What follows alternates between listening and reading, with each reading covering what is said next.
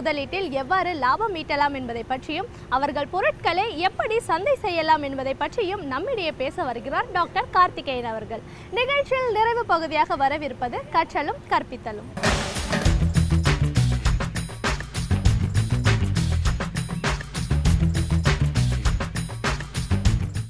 வணக்கம். சந்தைப்படுத்துதல் எப்படி? சென்ற 2 வாரங்களாக இதுதான் பேசிகிட்டு வரோம். குறிப்பாக சிறு முதலாளிகளுக்காகவே இதை பேசிகிட்டு இருக்கோம். பெரிய அளவில் பணமோ அதுக்குன்னு ஒரு ஆளோ இல்லாமல் எல்லாமே நம்ம பண்ணுங்கிறவங்களுக்கு ஒரு அடிப்படையான என்ன சொல்கிறது பால பாடங்களை பற்றி பேசிக்கிட்டு இருக்கோம். பெரிய நிறுவனங்கள் நிறைய பேர் இருப்பாங்க, ஒரு 50 பேர் இருக்கக்கூடிய டிபார்ட்மெண்ட் இது. ஆனால் சின்னதாக தொழில் பண்ணுறவங்களுக்கு ஒருத்தரே எல்லோரும் பண்ணுறப்போ என்னென்னலாம் கவனிக்கணும்னு பணத்தை கொட்டினா மட்டும் போதுமா, வேண்டியதில்லைன்னு சொன்னோம். எந்த அளவுக்கு நம்மளுடைய பங்கு இருக்குது சந்தையில், எந்த அளவுக்கு விளம்பரம் கொடுத்தா நமக்கு வரும் அப்படிங்கிறத பற்றி போன வாரம் சொன்னோம். அதுக்கு என்ன மாதிரி ஸ்டெப் எடுக்கலாம் அப்படிங்கிறத சென்ற வாரம் சொன்னோம். இந்த வாரம் நான் உங்கள்கிட்ட சொல்லக்கூடிய விஷயங்கள் என்னென்னா, வாடிக்கையாளர்களிடமிருந்து நீங்கள் அவர்களிடம் கிடைக்கக்கூடிய எண்ணங்களை எப்படி நீங்கள் தொடர்ந்து பெறுறீங்க. இன்றைக்கி ஒரு சின்ன இது ஹோட்டலில் போனால் கூட சாப்பிட்டு முடிச்சோன்னே ஃபீட்பேக் எழுத சொல்கிறாங்க, ஃப்ளைட்டில் போனால் ஃபீட்பேக் எழுத சொல்கிறாங்க. எங்கள் பொருள் எங்கள் சேவை எப்படி இருக்குன்னு நீங்கள் சொல்லுங்கள் அப்படிங்கிறத தொடர்ந்து கேட்டுக்கிட்டு வராங்க. ஆனால் பல நேரங்களில் நம்ம நினச்சிக்கிட்டு இருக்கோம் மக்களுக்கு இதுதான் தேவை, நம்மளாம் நினச்சிக்கிட்டு இருக்கோம். மக்களுக்கு தேவையானது எது அப்படிங்கிறது உங்களுக்கு எப்படி தெரியும்? உதாரணத்துக்கு இப்போ சேல்ஸுக்கு போகிறவங்க மட்டும் சொல்கிற கருத்துக்கள் போதுமா? நேரடியாக நீங்கள் போய் தெரிஞ்சுக்க முடியுமா?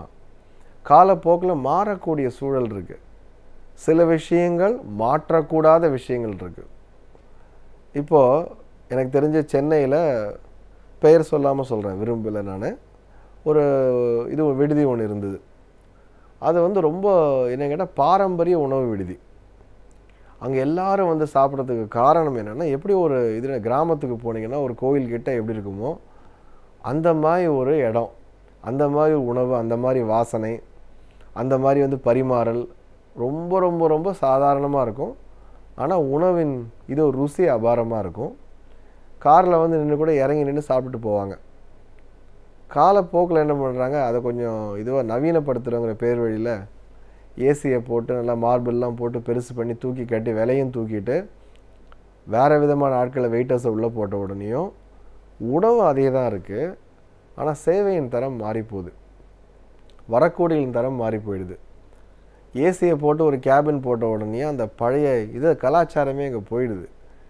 அப்போ என்னென்னா, பழைய ஆட்கள் பூரா இங்கே இவ்வளோ வரதுக்கு நான் இங்கே இதே மாதிரி 4-5 இருக்குது எங்கள் வீட்டுக்கிட்டே, அங்கேயே போவோம், எதுக்கு இங்கே வரோம், இங்கே வந்தால் இந்த உணவு இந்த மாதிரி சாப்பிடணும், இந்த மாதிரி இலையில் போட்டு இந்த மாதிரி பரிமாறி இந்த மாதிரியான ஒரு சுவையில் இந்த மாதிரி விலையில் சாப்பிட்றதுக்கு தயாராக இருக்கிற ஒரு ஆட்கள் வாடிக்கையாளர்.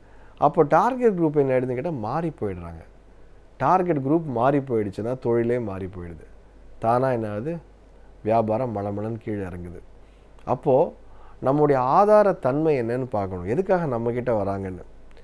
நவீனப்படுத்துதல் அப்படிங்கிற பேரில் நிறைய பேர் தன்னோட வியாபாரத்தை இழந்துக்கிட்டு இருக்காங்க.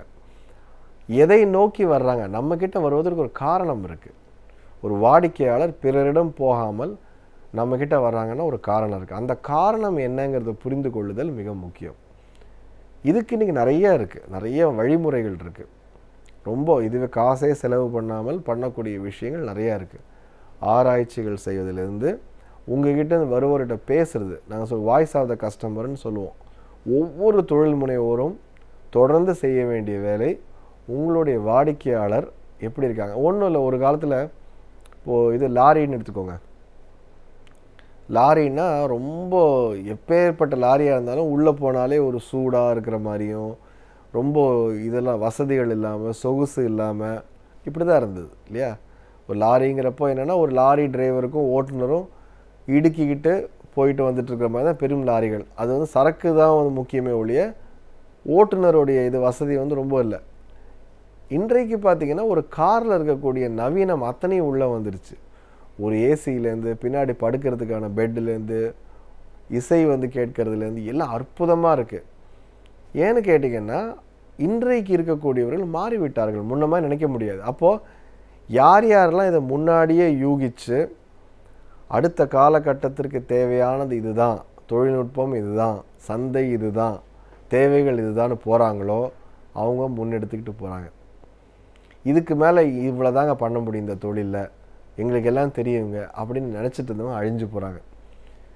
அப்போது சில விதிகள் மாறுது. அதாவது நல்லா பாருங்கள், எண்ணங்கள், சில எண்ணங்கள் மாறுது, சில எண்ணங்கள் மாறவே மாறாது. அந்த கோர் அப்படின்னு சொல்லுவோம், அந்த கோர் மாறாது.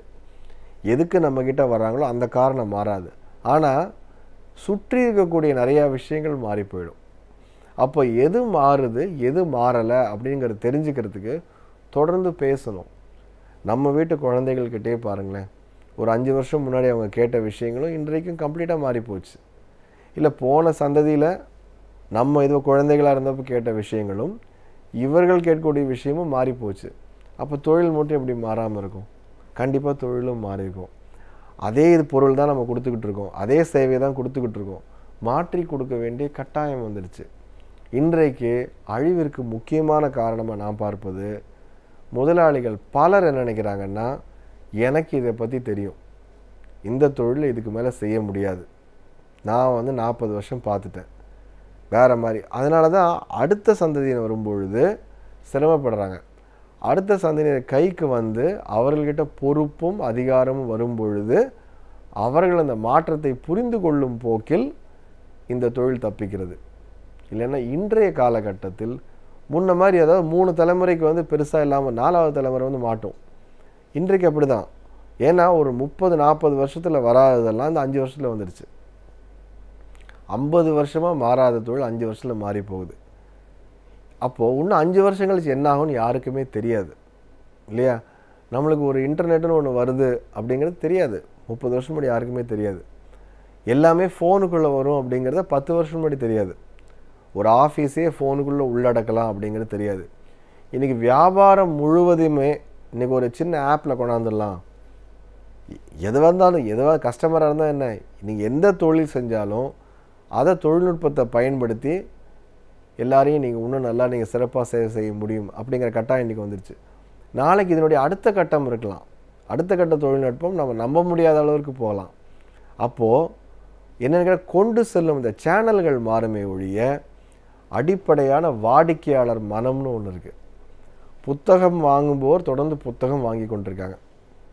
எப்படி வாங்குறாங்கங்கிறது கேள்வி இல்லையா? வாங்கிட்டு போகிறாங்களா, வீட்டுக்கு கொண்டு போய் கொடுக்குறீங்களா, ஆன்லைனில் ஆர்டர் பண்ணுறீங்களா?